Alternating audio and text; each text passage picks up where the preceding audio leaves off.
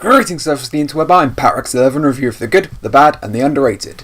While the Marvel Cinematic Universe is pretty universally loved, one element that seems a bit divisive are the films people dislike, usually coming down to personal preference, naturally.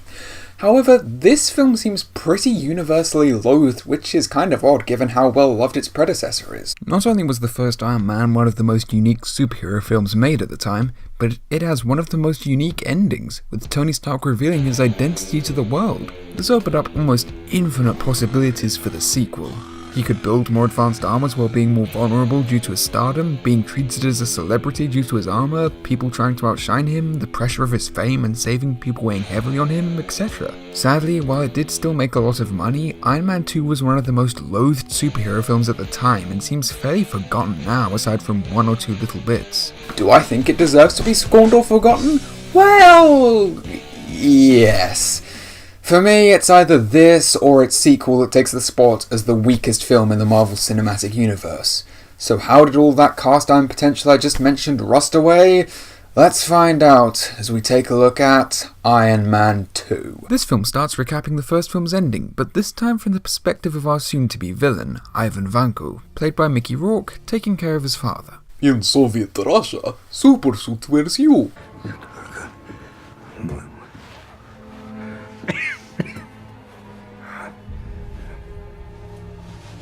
This is an interesting setup for the film, as opposed to setting up Tony as a misguided man with his head in the clouds who finds his purpose as a hero. It sees Ivan filling the hole left by his father's death with revenge against Stark for his father's actions. The dark mirror of him building the arc reactor Tony used to save his life to end it is pretty damn effective. It's just a shame that the themes of Tony and Ivan being haunted by their father's pasts goes nowhere in the film, and this lust for vengeance Vanko displays going away to leave his character with nothing but bored.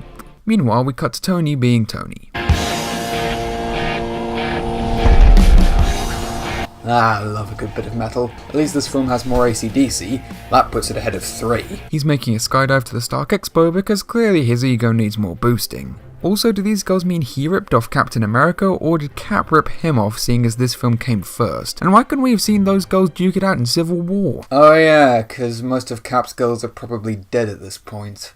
That from the ashes of captivity never has a greater Phoenix metaphor been personified in human history. Is that Stark or Downey talking? Seeing how being a superhero has gone to Stark's head is yet another potentially effective theme. He was an egomaniac before, but all the praise and adoration he's gained from being Iron Man, while somewhat deserved, is still a little disheartening when a lot of the first film was about bringing him down to earth. Sure, it'd be nice if this went anywhere and resulted in a meaningful character arc. We then get a handheld cam sequence for some reason. Hello there, Larry King. Larry! Oh, come on. Stanley's way cooler than Larry King. Hi. And you are? Marshall. Irish. Pleased to meet you, Tony. I'm on the wheel. So, Storm, what are you doing here? Was Kate Mara trying to get into the MCU because she knew Fantastic would suck? Or am I just overanalyzing an incredibly minor cameo from an actress who just so happens to be in 2 superhero films? Nah. Preemptive cameo woman was calling Tony to a boring Senate hearing with someone confronting him on the legality of his armor. It's a decent contrast to the flashy expo, showing that there are consequences to his life as a superhero, but that doesn't change the fact that this scene is pretty bloody boring.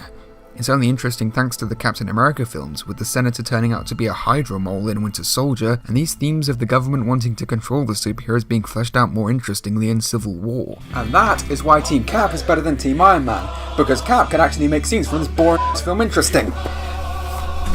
Boom! I'm no expert in weapons. We have somebody here who is an expert on weapons. I would now like to call Justin Hammer, our current primary weapons contractor. Well, hey, Sam Rockwell. I really loved him in Moon. Admittedly, Hammer is a fairly interesting villain, mirroring Tony's impetuousness before his accident, and Rockwell has great charisma. If he'd had more screen time, he could have easily been a great villain, but unfortunately, his impact on the plot, and I use that word loosely, is pretty damn minimal. The committee would now like to invite Lieutenant Colonel James Rhodes to the chamber. Rhodey? Hey, buddy. Didn't expect to see you here.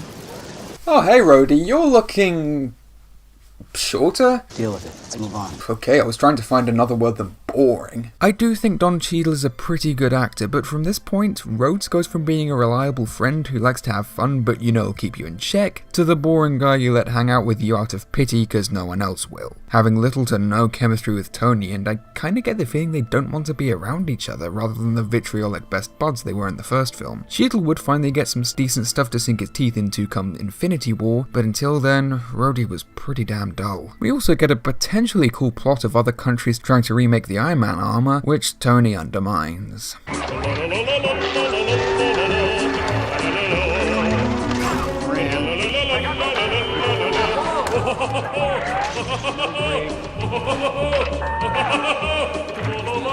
You, Mr. Stark. You, buddy. Guess that's all the repercussions Stark will get. There are the armors Hammer and Vanko create in the third act, but that's in the third act, and it's not like they cause all that much damage. Back in Russia, Vanko's refining the arc reactor technology to make whips. You manage to get blueprints for the most advanced technology of the modern age, and you use it to make an armor that barely covers any of your body, and whips.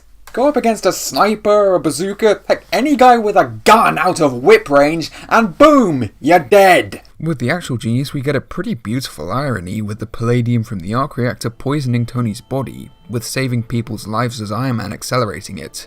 As Jarvis says, "Unfortunately, the device that's keeping you alive is also killing you." On the nose, yes, but it's still pretty interesting. Did you just donate our entire modern art collection to the Boy Scouts of America? You'd force modern art on helpless children? You monster! And unfortunately, along with Rhodey, Pepper's likability has also dropped massively between films. Stark is in complete disarray. Do you understand that? No, our stocks have never been higher. Yes, from a managerial standpoint. Oh, that's better. As opposed to being the patient but fiery friend Tony needed to ground him and generally support him, she's now a loudmouthed nag who only seems to care about the effort she's putting into Stark Industries as opposed to his well-being, only shutting up when he gives her something. I hereby irrevocably appoint you Chairman and CEO of Stark Industries, effective immediately. Now she's a perfect capitalist. If we'd seen a transition with her growing more stressed due to Tony's double life, then maybe this would have been more effective, but instead this switch comes out of nowhere. Meanwhile, Vanko is performing his biggest crime: passport fraud. There is my board passport. Board need passport. Back with Stark, this film has all the focus of a 5-year-old on a sugar high. We're introduced to Natalie Rushman, who totally isn't an important character. So that's why she's played by... Ooh, you were meant to be near me. Ooh, and I don't even care. Few things in this world are as perfect as ScarJo. She is potentially a very expensive sexual harassment lawsuit. I'm sorry. Can you give her a lesson? Why are you putting her in the ring? Never take your eye off your opponent.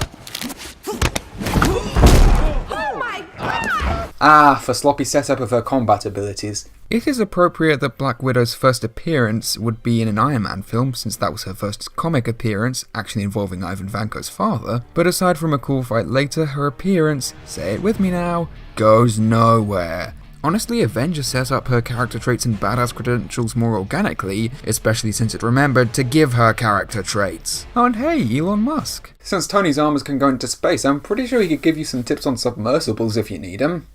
Maybe also give you some tips on how to talk to heroes without making a complete ass of yourself. That reporter from the first film shows up with Hammer for absolutely no goddamn reason. Can there please be a point to any of this? And Tony realises how boring this film is, so decides to go in the race. Appropriate that he try and live his life more recklessly, try and go out with a bang rather than the whimper from the palladium poisoning. Do you know about this? This is the first that I've heard of it. This cannot happen. Oh, because driving a souped-up go-kart is far more dangerous than flying around into war zones in a metal suit. I have to make one quick phone call. Where are you going? I got some caviar coming. Don't know about the reporter, but that caviar would just make me want to leave more. I mean, I've never tried caviar, but it sounds disgusting. So since this film wasn't boring enough, we get some carts going around in circles. Wow, it's not like I see cars going around on the road every day. How exciting.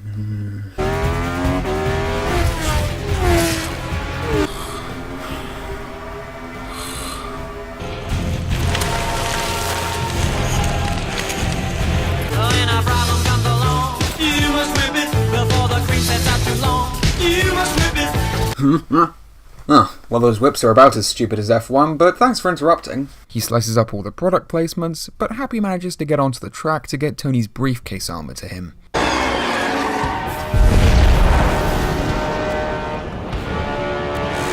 Wait, how come they exploded so quickly? Whiplash didn't even whip them!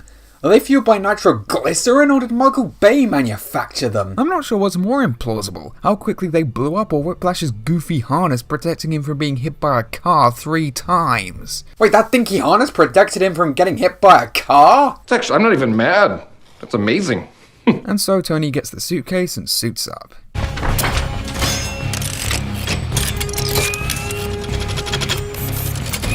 You know what, I don't even care that Vanko's waiting for Tony to suit up. I'd probably just stand there and watch if I were in his place. Plus, I do like the silver armor. The gold's slightly more flashy, but it's not a bad look. Kinda makes me wish the Silver Centurion got more screen time in Iron Man 3, but that's not too big a problem compared with the other ones in that film. And so they have their first legendary, underwhelming fight.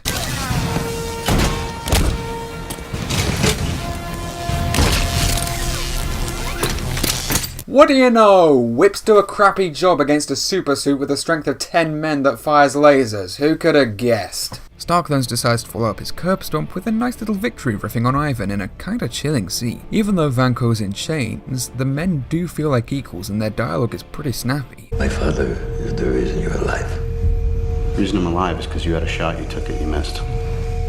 Did I?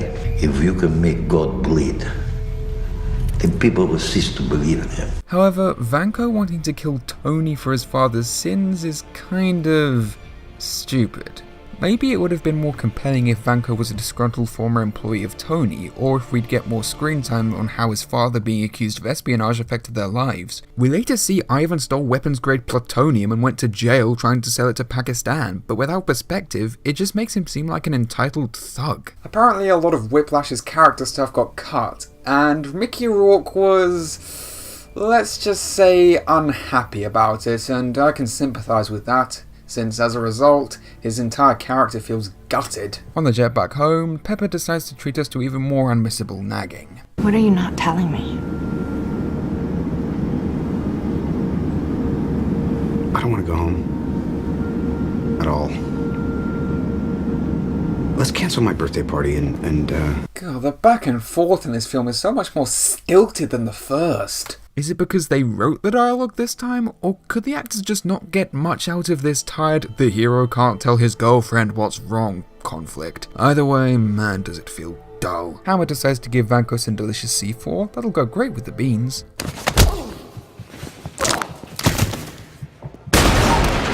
I guess the Joker overcomplicated his escape from jail. Just catch the eye of Trump Jr. and he'll take care of the rest. Hold on. A young stilted billionaire wanted to be recognised despite doing nothing, with secret poorly hidden illegal dealings to a Russian criminal. Coincidence? I think not! And now that both villains are together, both of their shortcomings become even more apparent. It's like they tried to split Obadiah in two, giving a personal connection and suit to Vanko, and the riches and influence to Hammer. But Ivan's connection to Tony is really bloody forced, and he's not a threat in a fight, and despite Rockwell's charisma making him somewhat entertaining, Hammer lacks any threat due to his impetuous nature, which wouldn't be a problem if Ivan could build actual armor. So now instead of one great villain, we get two mediocre ones. I want my bird. A bird? You want a bird? I want my bird. As promised, Heavy will now lay egg in your mouth. Okay, I can get you a bird, I can get you 10 birds. I want my bird. You want my destiny. Still a better love story than Twilight. Back at Tony's house, Rhodey is for some reason worried about the poor excuse for a suit that Iron Man curb stomped, and doesn't seem all that concerned about Tony dying. What a great friend. You want to do this whole lone gunslinger act, and it's unnecessary. You don't have to do this alone. I'll just wait till he meets Banner, he'll be fine then. Meanwhile, the villain bros should reach a road bump when Vanko hacks Hammer's systems, but he seems completely fine with it. But then takes issue when he actually decides to take a look at the suit he's supposed to build. I want to make Iron Man look like an antique. I want to go to that Stark Expo. I want to take a dump in Tony's front yard. Ugh, did your dad forget to toilet train you? Tony is similarly unconcerned by his big problems that'll come to bite him later. If this was your last birthday party you're ever going to have, how would you celebrate it? I'll do whatever I wanted to do. With whoever I wanted to do it. Yeah, never mind you're dying. Party like it's 1963. As I said before, I kind of like Tony trying to distract himself from dying, but there are barely any serious scenes of him confronting his mortality. I guess you could say the one with Rhodey counted, but it's barely a footnote, and the race was a good enough show of how reckless and immature he's becoming. We didn't need... You know, the question I get asked most often is, Tony, how do you go to the bathroom in the suit? Just like that. So both our hero and villain can't control their bodily functions. Yay.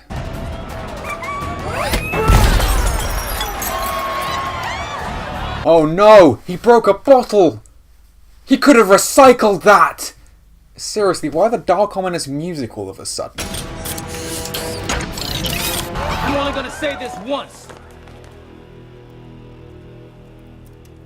Get out. Aw, stealing his stuff and crashing his party. What a nice friend. And instead of just flying off with the army, he decides to beat the crap out of Tony. Tell me why I'm supposed to be invested in these two's friendship when they clearly despise one another?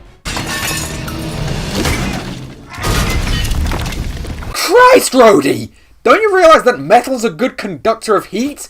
Do you want to kill Tony before the palladium poisoning, you ass hat? You think you got what it takes to wear that suit? We don't have to do this, Tony. Then why did you stay to fight him rather than just flying off, you meat-headed shellhead? Take it! Kaboom! Also, somehow I think flying a plane and flying Iron Man are different. Also, you could at least help clear up. To somewhat alleviate my stress, we get Sam Jackson roasting Tony, but Fury doesn't get much to do here more than just remind us the Avengers are gonna happen. Well, and revealing the twist that everyone could have seen coming, that Natalie's really Natasha, specifically Natasha Romanoff, the Black Widow. You let your friend fly away with your suit. I didn't give it to him, he took it. Whoa. But no, he took it? You're Iron Man and he just took it? Yes! Is that possible? Well, according to Mr. Stark's database security guidelines, there are redundancies to prevent unauthorized usage. Well, it can't be nearly as bad as the redundancies in this film's plot. Oh, God, you're gonna steal my kidney and sell it? Would you please not do anything awful for 5 seconds? That's lithium dioxide. It's gonna take the edge off. We're trying to get you back to work. Give me a couple boxes of that, I'll be right as rain. It's not a cure, it just abates the symptoms. Doesn't look like it's gonna be an easy fix. How incredibly convenient! And yet inconvenient. A convenience paradox. If this film creates a crack in the fourth wall, I'm not fixing it. I brought you something. Oh, yeah. We got you the bird, pal. This is not my bird. We got this all the way from Russia. A man, it's not my bird. Trying to break up my OTP? Hammer really is evil. I need to put a guy in there. I need to fit a person in that suit. You understand?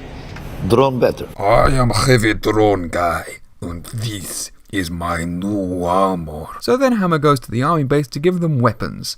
I'm sure they'll all go fine, just like Alex Jones will receive no consequences for dismissing a tragic mass shooting as fake. That thing in your chest is based on unfinished technology.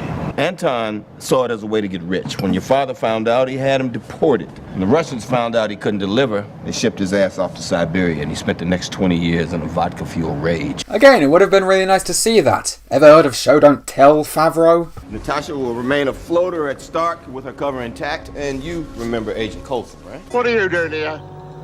A very brief cameo. Think this is the power source? Really? I thought it was a shot glass. This is not a scientific exercise. Let's just focus on arming it, all right? And if you don't know how the suit's powered, then those weapons are going to be worth about as much as my ad rev, which is currently 0. You're both idiots. Hammer then gives us a weapons montage. And throughout this scene, you may suddenly hear all the NRA members in the audience needing to go change their undies. Meanwhile, Tony's looking back on the good old bad old times where his dad was kind of a cold to him. Again, if it had actually been shown how badly Ivan's father treated him, contrasting how it being cold but ultimately well-meaning, this theme could have been really meaningful. Just a shame that this theme is about as impactful as, well, this film. Tony, you're too young to understand this right now, so I thought I would put it on film for you. Ooh, fourth wall break. Deadpool would be proud. You will change the world.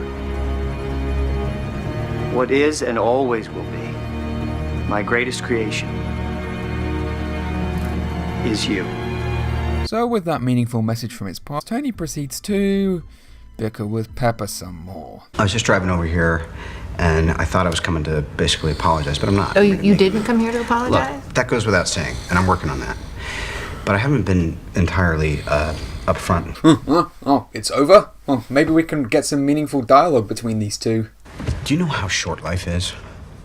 And if I never got to express, and by the way, this is somewhat revelatory to me, and I don't care. I mean, I care. It would be nice. I'm not expecting you to look, here's what I'm trying to say. I'm just going to say it. This is actually the first film I can remember partly sleeping through. The film's pacing has no flow. It's just a series of unconnected action scenes with unconnected talking scenes to service a bunch of unconnected plots, all going along at a pace that makes snails sprout arms so they could point and laugh at it. It also made this review and trying to make it entertaining to watch a chore. Alright, time to get on with my next review.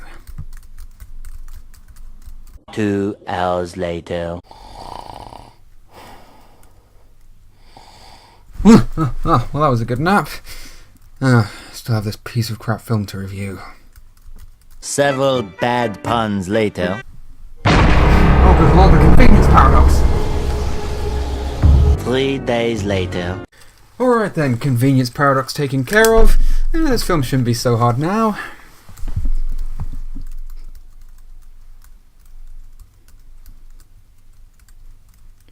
Wait, Ruby Volume 6 comes out in October? 1 hour later.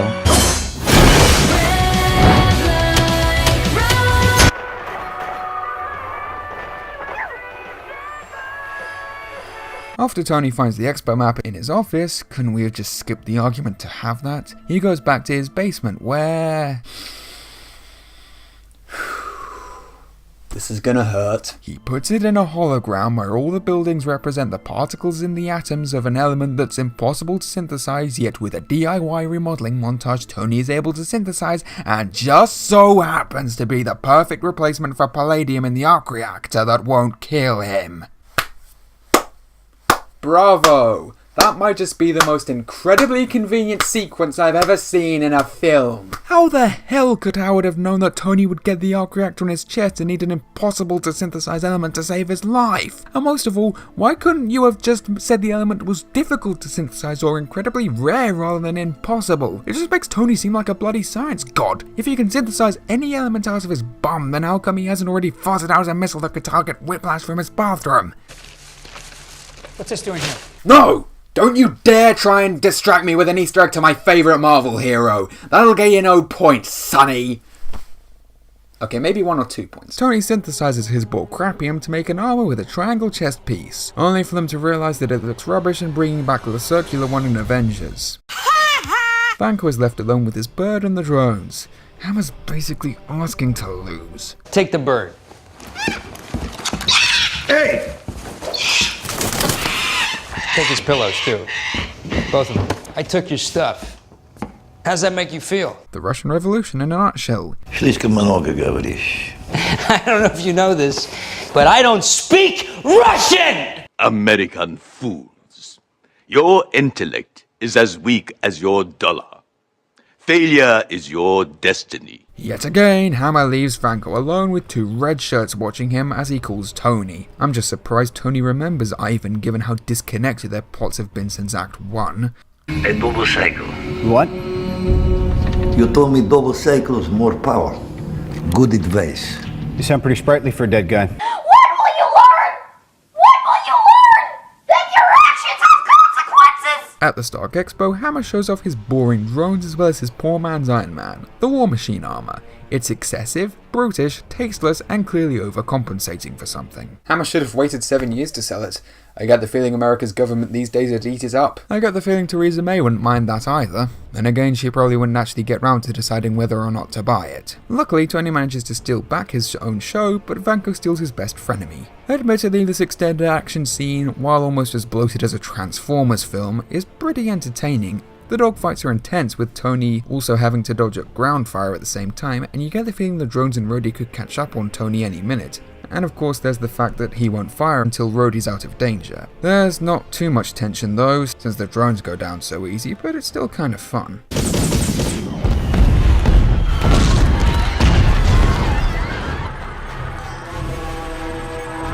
Well, there goes any sympathy I might have had for Whiplash. It was bad enough with how we didn't get any views of his backstory, but now taking glee at killing innocent people? Yep. Well, bye-bye, sympathy. You're gone now. So long!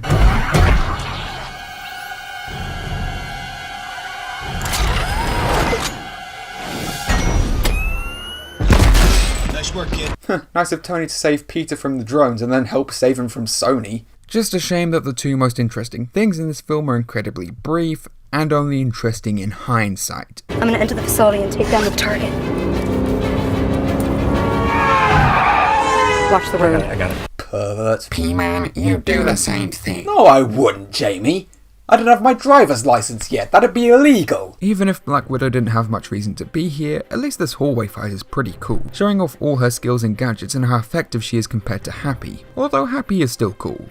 I bet Jon Favreau enjoyed giving himself some action this time.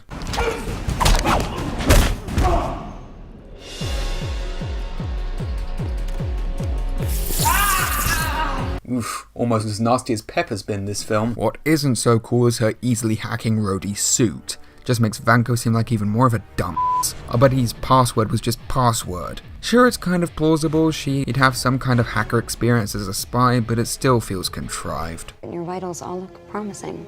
Yes, for the moment I'm not dying. Thank you. What do you mean you're not dying? Did you say you're dying? That you? No, I'm not. Not anymore. What's going on? I was going to tell you. Oh, not again! They're coming in hot. Any second. What's the play?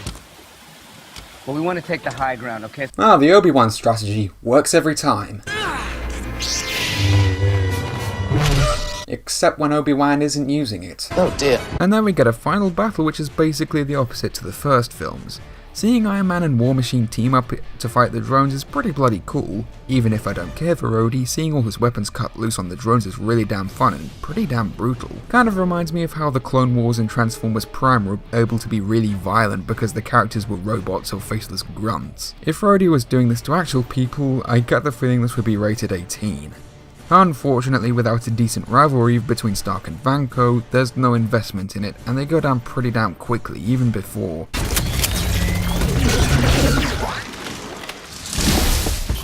I think you should lead with that next time. Yeah, sorry, boss. I can only use it once. It's a one-off. Well, that's just lazy writing. You're starting to think like a CEO, taking out the competition. I like that. You think you're making a problem for me? I'm gonna make a problem for you. I'm gonna be seeing you again real soon. I'll see you then, Hammer. Can't wait to see you back in. Wait, he never reappears in these films. He just gets replaced with an even poorer man's version of him next time. It then turns out Vanko did make a suit that at least looks a lot sleeker than Ironmonger's. And it's also a step up over his last. Bad habits die hard. Yet again we get a fight I don't care about since neither of our heroes have any rivalry with this moron, but while I hated the fight at the mansion, at least the payoff here with them recreating their explosive combo is kinda clever. Tony does seem to have a way of turning adversity into triumph. Although it doesn't help that our final battle with the villain was only 2 minutes. Couldn't you have cut some of the drone chase or Pepper nagging for a decent fight with our main hero and villain? But as a final dick move, Vanko activates the drones to blow up, and Pepper doesn't get out of the way even when the suit starts bleeping and flashing a red light. When is a beeping red light coming out of a death suit ever a good thing? God, I can't take this anymore. You can't. I can't take this. What do you look at me? My body literally cannot handle the stress. Oh, please shut up. Well, with you, it's like dog years. I mean, it's like the president's. Aww. Oh, that's actually kind of cute. It's okay, right? I'm not playing again. I think it was weird.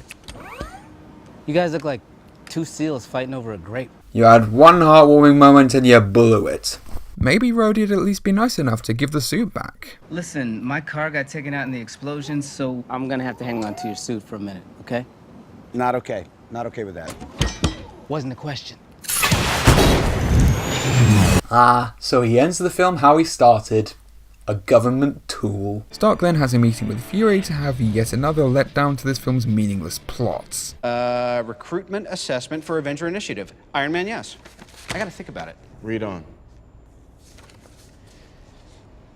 Tony Stark not recommended? Oh sure, and Ant-Man's gonna be a founding member in these films. Come to think of it, why didn't Fury just make Rhodey an Avenger? He already works for the government, his armor's more heavily armed than Tony's, and he's too much of a pussy to disobey orders. Stark and Rhodes get medals from that senator at the start because he was already so likable throughout this film. And Mr. Tony Stark, who is, of course, a national treasure. Such a national treasure. Put him on the inside list. But after some end credits that were honestly easier to sit through than most of this film, we get a hint that the next film in the MCU may have a bit more magic to it. We found it.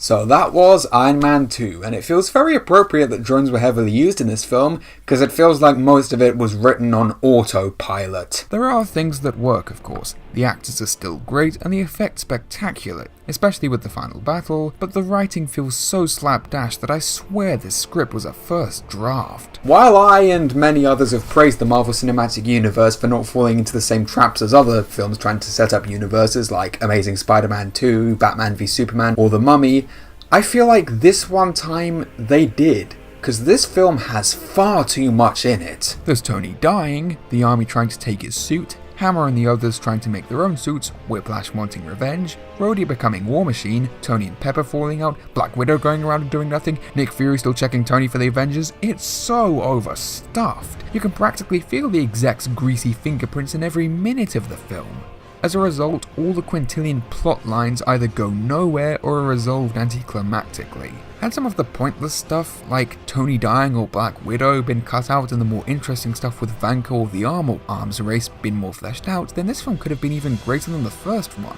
The very choppy stop-go pacing doesn't help either, especially as when we do get to the action it's usually too brief or just no fun at all. The actors are clearly trying to make the film interesting, but with a script this boring it was impossible, and it was sad to see a franchise that started off so great go downhill, then hit rock bottom. Luckily, the next film in the MCU gave it the fresh blood it desperately needed, and royal blood at that. So join me then when I take a look at Thor. I'm Parex11, thank you for watching.